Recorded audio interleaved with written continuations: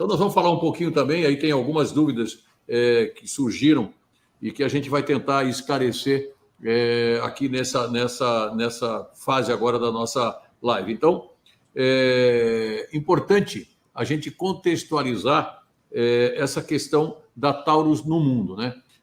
Nós somos uma empresa brasileira, mas com e como eu já falava isso no início da minha fala aqui, com uma destacada atuação mundial. Nós somos fortemente, nós temos uma posição muito forte no mundo, nos Estados Unidos, que é o maior mercado do mundo, e nos outros países, à exceção dos Estados Unidos, nós temos posição em mais de 100 países. Então, isso nos dá uma segurança muito grande nesse processo todo de investimento que nós estamos fazendo e nesse processo todo de ampliação de capacidade que nós estamos fazendo. Então, e aí tem uma pergunta que eu vi aqui no chat também, que é com relação à nossa carteira de pedidos, the back orders. O ideal, no meu entendimento, é que a gente não tivesse back orders. Por quê? Porque a gente estaria atendendo o nosso cliente muito mais rapidamente. Então, obviamente que nós já chegamos a ter back orders aí de 18 meses. Por quê? Porque nós estávamos naquele processo de ampliação e existia principalmente em 2020. 2020 foi recorde absoluto em vendas e intenção de compras nos Estados Unidos. E mesmo com todo esse recorde absoluto que foi 2020, né? Então, 2021, se a gente levar em consideração a questão das intenções de compra, você pode concluir que elas diminuíram 12% com relação a 2020, mas ainda assim muito superior a 19 e aos anos anteriores. E ainda assim, a Taurus em 2021 com relação a 2020 cresceu 23,4%. Então, isso demonstra que, primeiro, o consumidor americano está entendendo todo esse processo de mudança da companhia, ele está entendendo que a Taurus hoje, a marca Taurus hoje, ela é uma marca de destaque nos Estados Unidos, é uma marca que vende credibilidade, que entrega credibilidade, e principalmente uma marca que é muito agressiva no que diz respeito a novos produtos. Então, esse centro integrado de tecnologia e engenharia que nós criamos aqui, ele traz para a Taurus uma possibilidade de estar na frente dos nossos concorrentes. Isso está demonstrado, né, por essa questão, se a gente comparar aí a intenção de compra dos americanos, né, versus o aumento de venda que a Taurus teve nos Estados Unidos.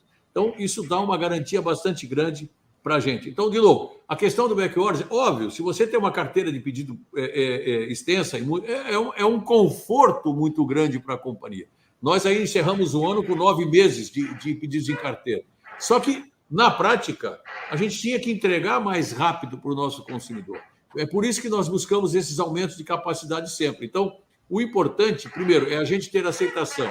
O importante é a gente ver, nós tivemos aí as primeiras feiras que nós tivemos esse ano, no primeiro trimestre, existem várias feiras importantes nos Estados Unidos, e a gente escutar do nosso distribuidor que os estoques dos distribuidores ainda estão elevados, mas o da Taurus não tanto na mesma proporção. Ou seja, a venda da Taurus está ocorrendo. De novo, isso demonstra que nós estamos ganhando o mercado nos Estados Unidos, market share. Então, e aí também tem algumas informações que ficam em dúvida, até por conta da questão de investir na Taurus, por possíveis mudanças no mercado brasileiro, na questão do futuro governo e coisa parecida. E aí também tem um tabu que a gente tem que deixar claro aqui. Nós somos uma empresa brasileira, a gente prioriza o mercado nacional, porém, para os nossos números, o mercado nacional, em 2021, ele foi 16%, porque a gente priorizou o mercado nacional em detrimento ao mercado americano. Mas, historicamente, esse número é entre 8% e 12%. Tá? Por que ele virou 16%? Porque nós não temos nenhum pedido atrasado no mercado brasileiro. Nós atendemos a todos os nossos clientes brasileiros.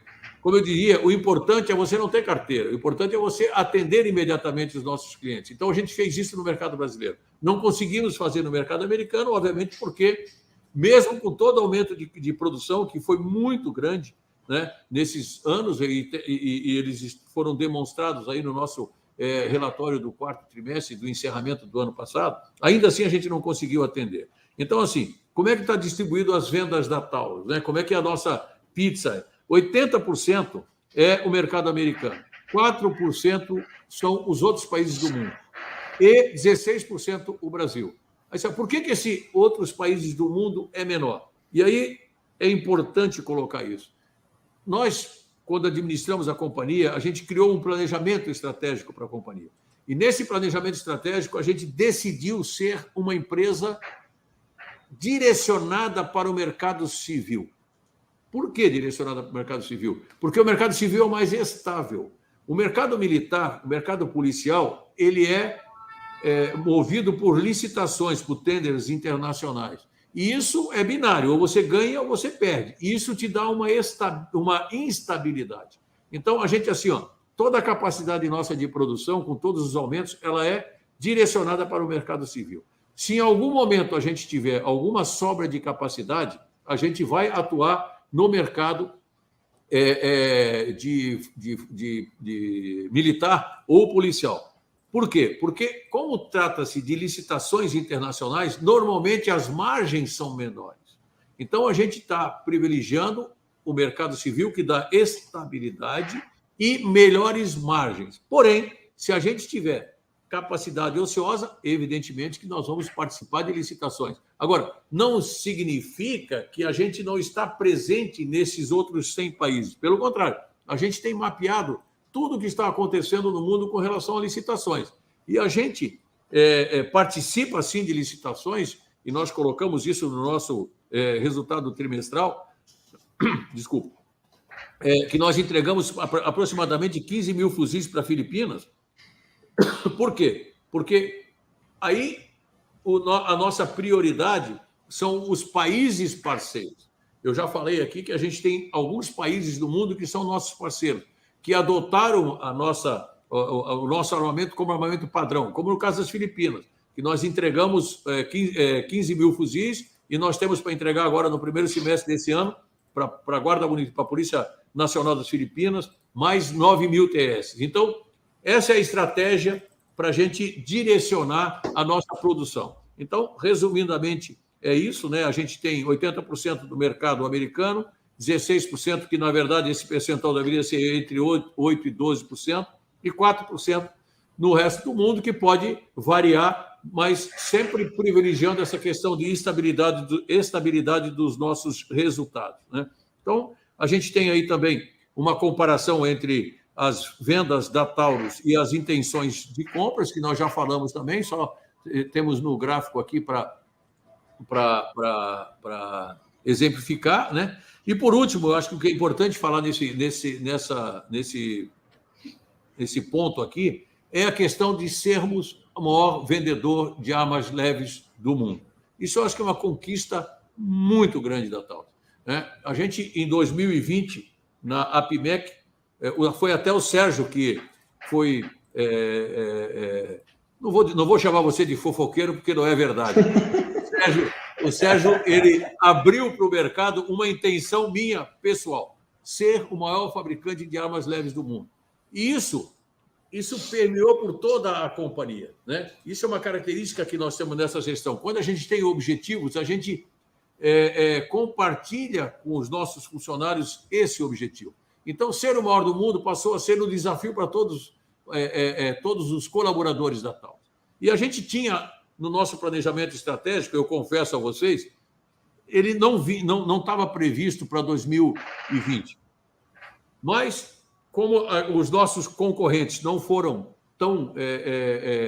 não tiveram aumento de capacidade de produção ou aumento de vendas como teve a Taurus, então a gente hoje é o maior do mundo. Então, nós temos os dois maiores concorrentes nossos que divulgam seus números, né? Nos Estados Unidos, a Smith Wesson e a Ruger sempre foram referências no mercado, inclusive para a própria Taurus, né?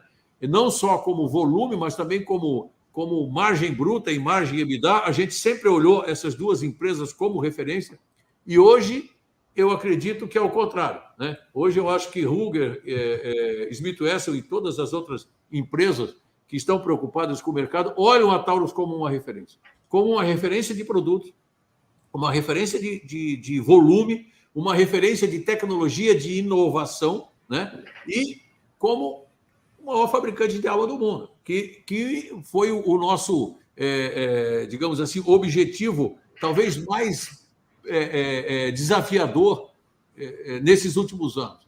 Então, lançar muitos produtos, lançar produto com valor agregado maior, com nichos de mercados diferentes, para que a gente pudesse realmente, hoje, apresentar esse quadro aí, colocando a Taurus como uma referência, não só de volume, como de margem bruta, de margem EBITDA, de tecnologia, de desenvolvimento de produtos e assim por diante, né? Então, acho que esse quadro também era importante para esclarecer algumas dúvidas aí dos nossos investidores.